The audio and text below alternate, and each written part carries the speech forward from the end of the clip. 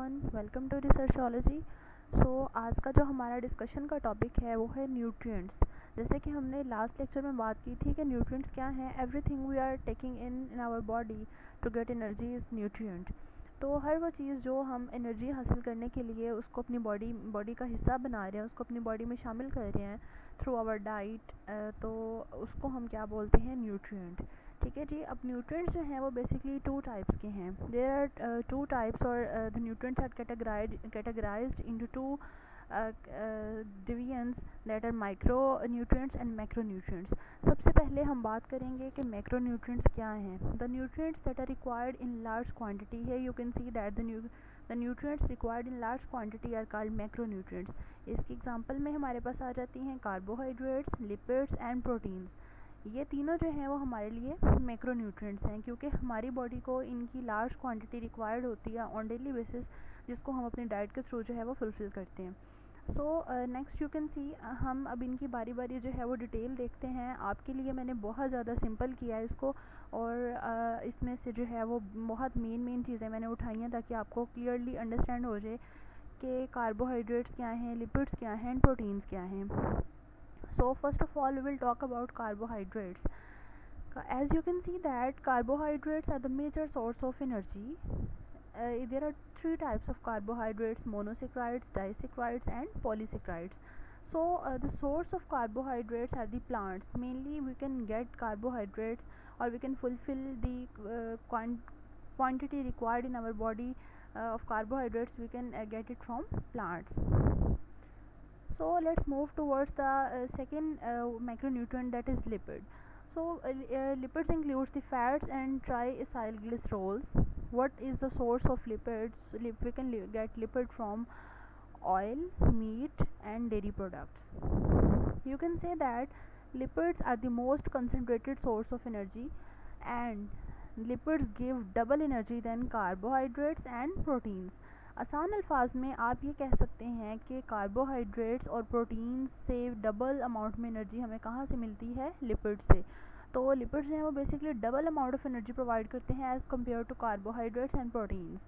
और ये तीनों ही हैं, आपको पता है कि मैक्रोन्यूट्रिएंट्स हैं, लेकिन अब हम ये कह सकते हैं कि सारे मैक्रोन्यूट्रिएंट्स में से सबसे ज़्यादा एनर्जी हमें कहाँ से मिलती है, तो हमें सबसे ज़्यादा एनर्जी जो है वो लिपिड से मिलती है। Let's move towards the next one, the third macronutrient. First of all मैं आपको एक और चीज़ बता दूं लिपिड्स के बारे में कि लिपिड्स जो हैं वो इनके बिल्डिंग ब्लॉक्स कौन है, फैटी एसिड्स। फैटी एसिड से मिलके लिपिड्स बने हुए होते हैं। फैटी एसिड्स जो हैं वो छोटे छोटे मोनोमर्स होते हैं जो कि मिलके एक बड़ा पॉलीमर बना देते हैं लिपिड की फॉर्म में। Fatty acids are the monomers और the building blocks of lipids. Lipids are categorized into two classes: saturated lipids and unsaturated lipids.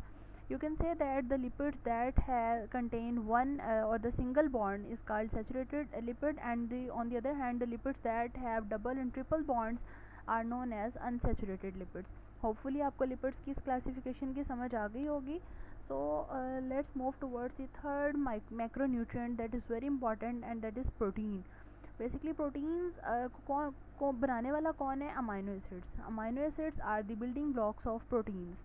अगर हमने प्रोटीन्स लेनी है तो उसका सोर्स क्या होगा, animals, plants, milk, beans, peas and nuts.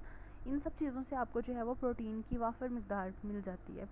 Next हम मूव करते हैं कि प्रोटीन्स जो हैं वो बेसिकली हमारी इनका फंक्शन क्या है. प्रोटीन्स जो हैं वो हमारी बॉडी के स्ट्रक्चर को बनाने में बहुत अहम किरदार अदा करती हैं, और उसके अलावा जो है वो हमारी बॉडी के जितने भी डिफरेंट स्ट्रक्चर्स हैं उनका प्रॉपर फंक्शन करवाने में भी प्रोटीन जो है वो बहुत अहम किरदार अदा करती है. जैसे मैं आपको यहाँ पर एक एग्जांपल कोट करूँ, आपको पता है कि इंजाइम्स हमारी बॉडी में जो है वो बहुत अहम रोल प्ले करते हैं हर चीज़ को कैटेलाइज करने में. तो बेसिकली इंजाइम्स खुद प्रोटीन्स होती हैं. Enzymes are the globular proteins. तो हम कह सकते हैं कि प्रोटीन्स जो हैं वो हमारी बॉडी के स्ट्रक्चर और फंक्शन को प्रॉपरली परफॉर्म करने में बहुत ज़्यादा हेल्पफुल होती हैं. Let's move towards the second type of nutrient, that is micronutrient. As you can see that the nutrients that are required in small amount are called micronutrients. ये nutrients हमें बहुत कम quantity में चाहिए होते हैं. एंड जो माइक्रोन्यूट्रिएंट्स हैं उनको टू जो है वो उसकी एग्जांपल्स हैं, मिनरल्स एंड वाइटामिन्स. ये दोनों माइक्रोन्यूट्रिएंट है, क्योंकि मिनरल्स भी हमें बहुत कम क्वांटिटी में चाहिए हमारी बॉडी में, और विटामिन्स भी, और हम इनको डेली बेसिस पे अपनी डाइट में नहीं लेते, बल्कि हम इनको कभी कभार लेते हैं जब इनकी डेफिशिएंसी हो जाती है हमारी बॉडी में।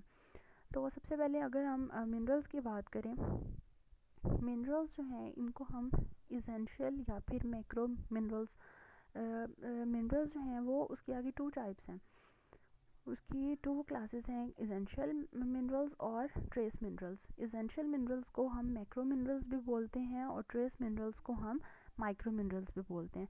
अब आप इसके नेम से आपको पता चल रहा है कि इसेंशियल मतलब रिक्वायर्ड, हमें ज़रूरत है इनकी, और मैक्रो का मतलब ये है कि हमें इनकी लार्ज अमाउंट में ज़रूरत है। मिनरल्स जो है वो नो डाउट ये माइक्रो न्यूट्रिएंट है और हमें इसकी कम क्वांटिटी रिक्वायर्ड होती है, लेकिन मिनरल्स भी आगे दो तरह के हैं। एक वो मिनरल्स हैं जिनकी क्वांटिटी हमें थोड़ी ज़्यादा चाहिए होती है, उनको मैक्रो मिनरल्स बोल देते हैं, या फिर एसेंशियल यानी वो ज़रूरी होते हैं हमारी बॉडी में के लिए। और माइक्रो मिनरल्स जो हैं वो यहाँ पर आप देख सकते हैं कि उनकी क्वांटिटी हमें कम चाहिए होती है, इस वजह से हम उनको ट्रेस मिनरल्स भी बोलते हैं। एसेंशियल मिनरल्स की एग्जांपल आ जाती है सोडियम, पोटाशियम एंड कैल्शियम, जबकि ट्रेस मिनरल्स की आ जाती है फॉस्फोरस। ठीक है जी, तो अब हम बात करते हैं विटामिन्स की। विटामिन्स जो हैं वो बेसिकली उनकी भी आगे इसी तरह आप देखेंगे। सबसे पहले तो ये कि जो विटामिन्स होते हैं these are the organic substances. तो विटामिन्स को भी हमने आगे टू क्लासेस में डिवाइड किया हुआ है, fat soluble vitamins and water soluble vitamins. The vitamins that are dissolved in fats are known as fat soluble vitamins, that are vitamin A, D, E and K. On the other hand, the vitamins that are dissolved in water, ये water soluble होते हैं, पानी में dissolve हो जाते हैं, these are known as water soluble vitamins, and these vitamins include vitamin B and vitamin C. Hopefully आपको इसकी प्रॉपर समझ आ गई होगी कि आज के लेक्चर में हमने बेसिकली किसकी बात की। हमने बात की कि जो न्यूट्रिएंट्स हैं वो दो तरह के हैं, माइक्रो न्यूट्रिएंट्स हैं और मैक्रो न्यूट्रिएंट्स हैं।